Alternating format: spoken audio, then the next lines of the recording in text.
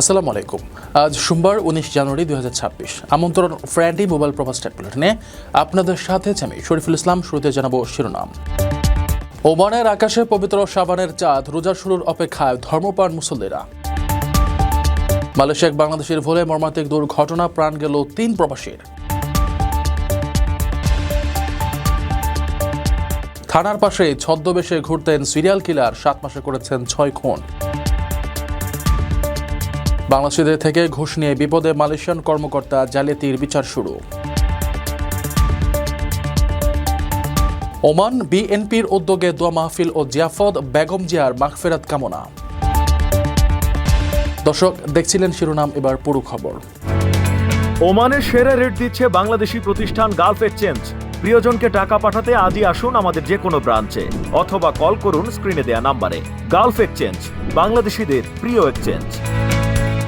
ওমানের আকাশে পবিত্র শাবান মাসের চাঁদ দেখা দেওয়া আনুষ্ঠানিকভাবে শুরু হয়েছে মহিমান্বিত মাস রমজানের ক্ষণগণনা। দেশটিতে আগামী 2 ফেব্রুয়ারি সোমবার দিবাগত রাতে পবিত্র শবে বরাত পালিত হবে, যা মুমিন মুসলমানদের কাছে ইবাদত ও ক্ষমার এক বিশেষ রজনী। ওমানের আকাশে পবিত্র শাবান মাসে নতুন চাঁদ দেখা গেছে। এর মাধ্যমে আনুষ্ঠানিকভাবে শুরু হলো রমজান মাসের দিন গণনা। দেশটিতে আগামী 30 অথবা 29 দিন পরই পবিত্র রমজান মাস শুরু হবে।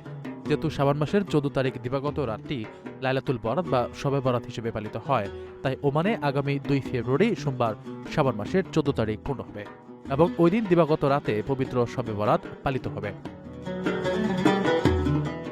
শাবান মাসের চাঁদ দেখা গেছে আমিরাতের আকাশেও। আবহাওয়া অনুকূলে থাকায় দিনের আলোতেই চাঁদের একটি স্পষ্ট ছবি ধারণ করতে সক্ষম হন জ্যোতির্বিজ্ঞানীরা।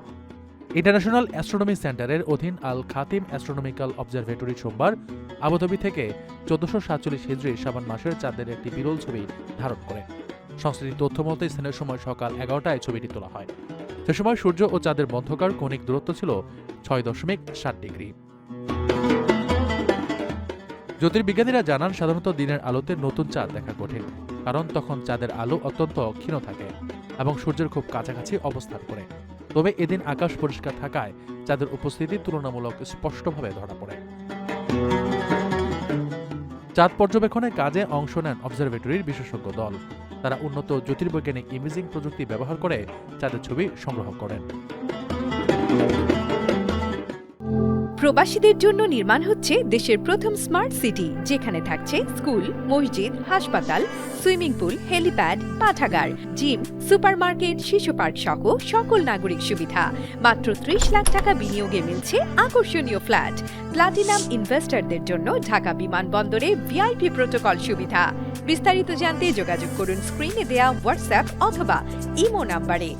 মালয়েশিয়ার পাহাং প্রদেশের মর্মান্তিক সড়ক দুর্ঘটনায় চিকিৎসাধীন অবস্থায় আরও এক বাংলাদেশি রেমিটেন্স যোদ্ধার প্রয়াণে নিহতের সংখ্যা 3-এ দাঁড়িয়েছে।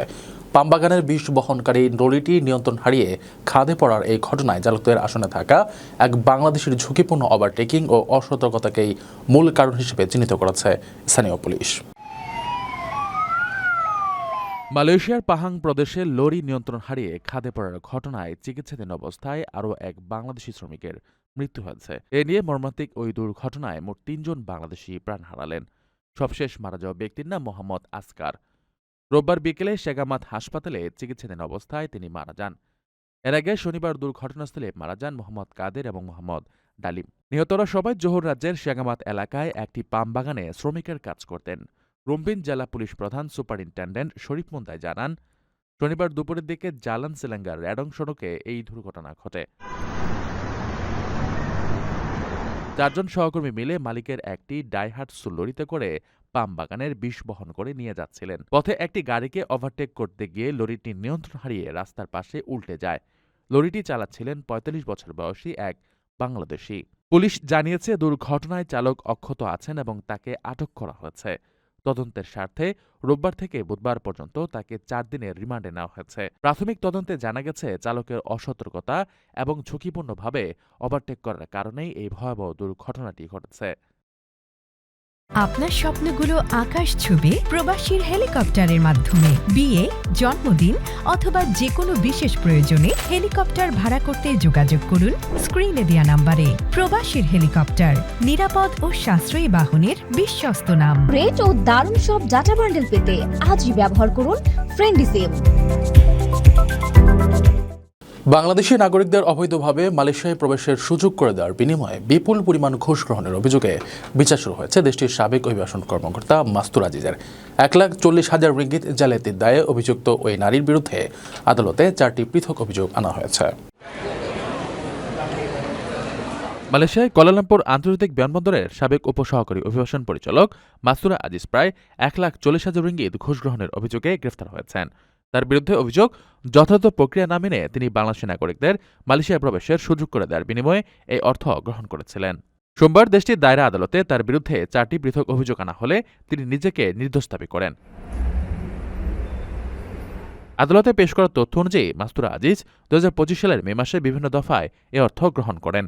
এর মধ্যে 2025 সালের 3রা মে 5 জন বাংলাদেশি নাগরিককে অবৈধভাবে প্রবেশের সুযোগ দিতে 12,500 রিঙ্গিত, এর 2 দিন পর 19 জন বাংলাদেশের জন্য 47,500 রিঙ্গিত, 11 মে 21 জন বাংলাদেশের বিনিময়ে 52,500 রিঙ্গিত এবং 15 মেতে 11 জন বাংলাদেশিকে প্রবেশের অনুমতি দিতে 27,500 রিঙ্গিত গ্রহণ করেন এই নারী। বিচারক মোহাম্মদ নাসির নার্ডিন আসামিকে 20,000 রিঙ্গিত মুচলেকায় জামিন মঞ্জুর করেছেন। তবে জামিনের শর্ত হিসেবে মাসে একবার তাকে MACC অফিসে হাজিরা দিতে হবে। মামলার পরবর্তী তারিখ এবং নথিপত্র জমা দেওয়ার জন্য আদালত 25 ফেব্রুয়ারি নির্ধারণ করেছেন। সাবেক প্রধানমন্ত্রী ও বিএনপি চেয়ারপারসন বেগম খালেদা জিয়ার বিধিহাত্তার মাগফিরাত কামনায় ওমানের মাসকাটে খতমে কোরআন দোয়া মাহফিল ও জিয়াফত অনুষ্ঠিত হয়েছে। ওমান কেন্দ্রীয় বিএনপির আয়োজনে এই অনুষ্ঠানে ভার্চুয়ালি যুক্ত হয়ে বক্তব্য রাখেন দলের জাতীয় স্থায়ী কমিটির সদস্যসহ শীর্ষস্থানীয় কেন্দ্রীয় নেতৃবৃন্দ। ওমানের রাজধানী মাসকাটে সাবেক প্রধানমন্ত্রী ও বিএনপি চেয়ারপারসন বেগম খালেদা জিয়ার বিধিহাত্তার মাগফিরাত কামনায় খতমে কোরআন দোয়া মাহফিল ও জিয়াফতের আয়োজন করা হয়েছে। ওমান কেন্দ্রীয় বিএনপি আয়োজিত মাসকাটের একটি অভিজাত রিসোর্টে অনুষ্ঠিত এই সভায় প্রবাসে অবস্থানরত বিপুল সংখ্যক নেতাকর্মী ও শুভানুধ্যায়ী অংশ নেন। ওমান কেন্দ্রীয় বিএনপি সভাপতি SM হারুনুর রশিদের সভাপতিত্বে অনুষ্ঠানটি সঞ্চালনা করেন সংগঠনের সাধারণ সম্পাদক জহির রাজা। অনুষ্ঠানে ভার্চুয়ালি ভিডিও কনফারেন্সের মাধ্যমে প্রধান অতিথি হিসেবে যুক্ত হয়ে বক্তব্য রাখেন বিএনপির জাতীয় স্থায়ী কমিটির সদস্য ইঞ্জিনিয়ার মোশাররফ হোসেন এবং প্রধান আলোচক হিসেবে উপস্থিত ছিলেন জাতীয় স্থায়ী কমিটির অন্যতম সদস্য নজরুল ইসলাম খান। নেতৃবৃন্দ তাদের বক্তব্যে বেগম খালেদা জিয়ার বর্ণাঢ্য রাজনৈতিক জীবন এবং দেশের গণতন্ত্র রক্ষায় তার আপোষহীন ভূমিকার কথা শ্রদ্ধার সাথে স্মরণ করেন। বিশেষ অতিথি হিসেবে অনলাইন প্ল্যাটফর্মে যুক্ত ছিলেন বিএনপির জাতীয় নির্বাহী কমিটির যুগ্ম মহাসচিব লায়ন আসলাম চৌধুরী ও আব্দুস সালাম আজাদ, সাবেক শিক্ষা প্রতিমন্ত্রী আনম ও এহসানুল হক মিলন, সাংগঠনিক সম্পাদক অধ্যক্ষ সেলিম ভুইয়া এবং ইমরান সালেহ প্রিন্স। এছাড়াও গিয়াসউদ্দিন কাদের চৌধুরী, ব্যারিস্টার মীর হেলাল উদ্দিন, ব্যারিস্টার ফারজান রহমান পুতুল, আবু সোফিয়ান, আব্দুল মালেক, আব্দুল গফুর ভুইয়া, এনামুল হক এনাম, ফখরুদ্দিন বাচ্চু, ড জালালউদ্দিন আহমেদ, সাইদ নুমান, আশরাফুদ্দিন বকুল, অ্যাডভোকেট সারোয়ার নিজাম, সাদিক রিয়াজ চৌধুরী পিনাক, নুরুল আমিন চেয়ারম্যান, কামরুজ্জামান রতন ও আশরাফ উদ্দিন নিজাম সহ 2026 সালের জাতীয় নির্বাচনে বিএনপি মনোনীত প্রায় অর্ধশতাধিক প্রার্থী অনুষ্ঠানে সংহতি প্রকাশ করে বক্তব্য প্রদান করেন। ওমান কেন্দ্র বিএনপির নেতৃবৃন্দের মধ্যে আবুল কালাম, জান আলম, শফিকুল ইসলাম ভুইয়া, আলামিন ফজলুর বাড়ি, ইঞ্জিনিয়ার রাশিদুল ইসলাম ও ইসমাইল হোসেন রিপন সহ বিভিন্ন শাখা কমিটির নেতৃবৃন্দ অনুষ্ঠানে সংক্ষিপ্ত বক্তব্য রাখেন। সকলের উদ্দেশ্যে বলতেছে আমার প্রবাসী ভাই এবং দেশি ভাই যে যেখানে আছেন, আমাদের সাবেক প্রধানমন্ত্রীর জন্য আপনারা সকলে দোয়া করবেন, ওনার রুহে মাগফিরাতের জন্য আল্লাহ তাআলা যেন ওনাকে জান্নাত নসিব করেন এবং সেই সাথে ওনার দেখানো পথে আমরা যেন আমাদের বাংলাদেশকে সুসংগঠিত করে বাংলাদেশকে উন্নয়ন শিখরে নিয়ে যেতে পারি। সকলে আমরা একসাথে কাজ করব, সবাই মিলেমিশে কাজ করব। হিংসা বিদ্বেষ আমরা ভুলে গিয়ে, অতীতের যে হিংসা বিদ্বেষ ছিল এগুলো যেন ভুলে গিয়ে আমরা হিংসা বিদ্বেষের উপরে গিয়ে আমরা দেশকে প্রাধান্য দিয়ে আমরা যেন একসাথে কাজ করি, আমার দেশের জন্য কাজ করি। দেশনেত্রী বেগম খালেদা জিয়ার মৃত্যুতে আমরা শোকাহত। সেই সুবাদে আজকে আমরা দেশনেত্রী বেগম খালেদার জন্য কোরআন খতমে এবং দোয়ার আয়োজন করেছি। ওমান বিএনপির পক্ষ থেকে, ওমান যুব দল, স্বেচ্ছাসেবক দল, সকল নেতৃবৃন্দের পক্ষ থেকে আমরা এই আয়োজন করেছি। আমাদের নেতৃবৃন্দের বক্তব্য 2 মিনিট 3 মিনিট করে ওনারা বক্তব্য রাখবেন, সেই বক্তব্য আপনারা শ্রবণ করবেন। ওনাদের আদেশ, উপদেশ এবং আগামী নির্বাচনে কিভাবে আমরা ভূমিকা রাখতে পারি সেই হিসাবে ওনারা আমাদেরকে নির্দেশনা দিবেন। সভার শেষ পর্যায়ে মাওলানা রফিকুল ইসলামের পরিচালনায় বিশেষ মোনাজাত অনুষ্ঠিত হয়। মোনাজাত শেষে উপস্থিত সকলের মাঝে জিয়াফতের খাবার বিতরণের মাধ্যমে অনুষ্ঠানের সমাপ্তি ঘটে। দর্শক দেখছিলেন ফ্রেন্ডলি মোবাইল প্রবাস টাইম বুলেটিন। শেষ করার আগে শিরোনামগুলো জানিয়ে দিচ্ছি আরো একবার। ওমানের আকাশে পবিত্র শাবানের চাঁদ, রোজা শুরুর অপেক্ষায় ধর্মপ্রাণ মুসল্লিরা। মালয়েশিয়া বাংলাদেশের ভোলে মর্মান্তিক দুর্ঘটনা, প্রাণ গেল 3 প্রবাসীর। থানার পাশে ছদ্মবেশে ঘুরতেন সিরিয়াল কিলার, 7 মাসে করেছেন 6 খুন। বাংলাদেশিদের থেকে ঘুষ নিয়ে বিপদে মালয়েশিয়ান কর্মকর্তা, জালিয়াতির বিচার শুরু।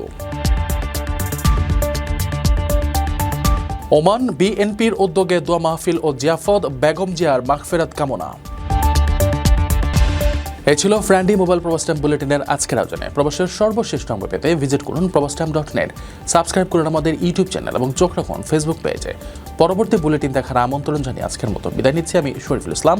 সেই পর্যন্ত সবাই ভালো থাকবেন এবং নিরাপদে থাকবেন। আল্লাহ হাফেজ।